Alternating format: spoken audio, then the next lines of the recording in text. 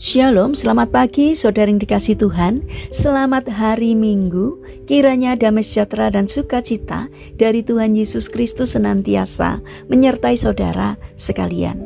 Sebelum kita mendengarkan firman Tuhan dan renungan, marilah kita berdoa. Tuhan Allah Bapa yang baik, kami sungguh bersyukur atas kebaikan dan kemurahan-Mu, karena Engkau Tuhan yang selalu melindungi kami dalam beristirahat sepanjang malam, sehingga kami dapat bangun dalam kondisi yang baik dan sehat. Jika saat ini kami akan mendengarkan firman-Mu, urapilah kami dengan Roh Kudus-Mu, agar kami dapat mengerti dan memahami apa yang Tuhan sampaikan kepada kami. Terima kasih Tuhan, di dalam nama Tuhan Yesus Kristus kami berdoa. Amin. Saudara yang dikasihi Tuhan, bacaan firman Tuhan saat ini diambil dari kitab Roma pasal 8 ayat yang ke-28. Demikian sabda Tuhan. Kita tahu sekarang bahwa Allah turut bekerja dalam segala sesuatu untuk mendatangkan kebaikan bagi mereka yang mengasihi Dia, yaitu bagi mereka yang terpanggil sesuai dengan rencana Allah. Tema renungan saat ini adalah tidak ditinggalkan. Saudara yang dikasihi Tuhan, banyak hal yang terjadi di dunia ini yang tidak dapat kita mengerti. Misalnya, ketika banyak pasangan suami istri yang menantikan begitu lamanya kehadiran seorang anak. Di tempat lain justru banyak anak-anak yang dibuang, bahkan nyawa mereka direbut secara paksa dengan cara aborsi, dikarenakan mereka lahir dari hubungan yang tidak dikehendaki atau sudah terlalu banyak memiliki anak. Tentu hal-hal yang seperti ini seringkali membuat kita akhirnya bertanya-tanya, mengapa harus begini dan begitu? Saudara yang terkasih, Tuhan merancangkan damai sejahtera dan bukan kecelakaan. Mungkinkah Ia memberikan air mata, penyakit, kesusahan, dan lain-lain kepada kita pengikutnya? Itu adalah pertanyaan dari banyak pengikut Yesus. Untuk mendapat jawabannya, pertama-tama kita harus sepakat meyakini bahwa segala sesuatu yang terjadi di dunia ini tidak ada satupun atau bahkan sekecil apapun yang luput dari kendali dan pengawasan Tuhan. Hidup yang kita jalani dengan segala situasi dan kondisinya bukanlah suatu kebetulan. Kitab Mazmur berkata dengan gamblang mengenai hal ini. Matamu melihat selagi aku bakal anak, dan dalam kitabmu semuanya tertulis hari-hari yang akan dibentuk sebelum ada satupun daripadanya.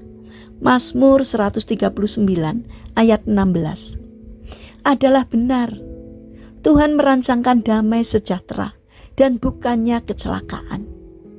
Namun jika hari ini atau hari-hari sebelumnya kita mengalami kehidupan dengan mencucurkan air mata, kesusahan, dan kesengsaraan, itu terjadi karena Tuhan mengizinkannya. Sama seperti yang Dia izinkan terjadi pada Ayub. Ayub adalah seorang yang jujur, takut akan Tuhan, dan yang menjauhi kejahatan. Tetap diizinkan Tuhan untuk mengalami penyakit dan kesengsaraan yang begitu panjang. Tetapi lihatlah bagaimana Tuhan mengganti semua kesusahan dan kesengsaraan Ayub dengan sukacita dan berkat yang melimpah tepat pada waktunya. Saudara yang terkasih, hal yang serupa juga dialami oleh Yusuf anak Yakub. Yusuf diserahkan oleh saudara-saudaranya sendiri dari tangan ke tangan, layaknya barang dagangan.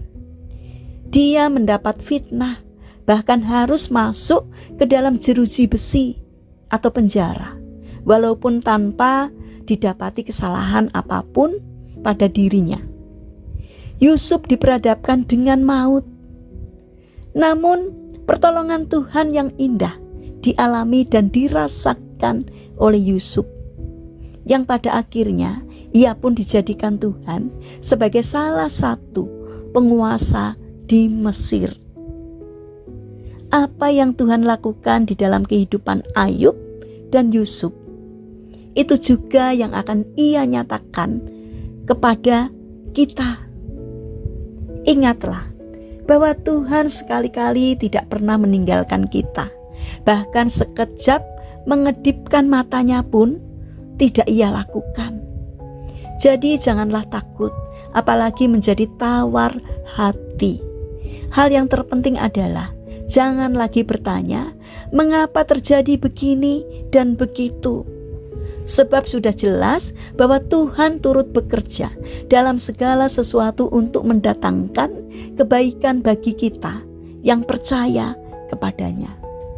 Saudara yang terkasih, mari kita bangun karakter percaya kepada penyertaan dan rancangan Tuhan dalam hidup kita. Karena itu kita tidak perlu khawatir, karena rancangan Tuhan selalu baik untuk setiap orang yang menaruh percayanya kepadanya. Mari kita berdoa. Tuhan Yesus yang baik, apapun yang terjadi dalam hidup kami ingin selalu berkata bahwa Engkau baik. Bapa yang baik, saat ini kami berdoa untuk saudara-saudara kami yang mengalami sakit dan lemah fisik. Kami mohon belas kasih dan kemurahan Tuhan. Kiranya Engkau berbelas kasih untuk menjamah dan memberikan kesembuhan. Kami juga berdoa bagi mereka yang mengalami permasalahan dan kesulitan hidup. Kiranya Tuhan berkenan hadir untuk menolong mereka. Kami juga ingin menyerahkan untuk setiap rencana dan aktivitas kami hari ini kepadamu. Berikanlah ketekunan dan semangat kepada kami dalam menjalani aktivitas yang Tuhan percayakan kepada kami, sehingga melalui karya kami banyak orang yang diberkati Tuhan. Terima kasih Tuhan atas setiap kebaikan dan kemurahan-Mu. Dalam nama Tuhan Yesus Kristus kami berdoa. Amin. Puji Tuhan, saudara yang terkasih, selamat hari Minggu, selamat beribadah. Kiranya firman Tuhan dan renungan hari ini dapat menjadi berkat bagi kita semua. Haleluya.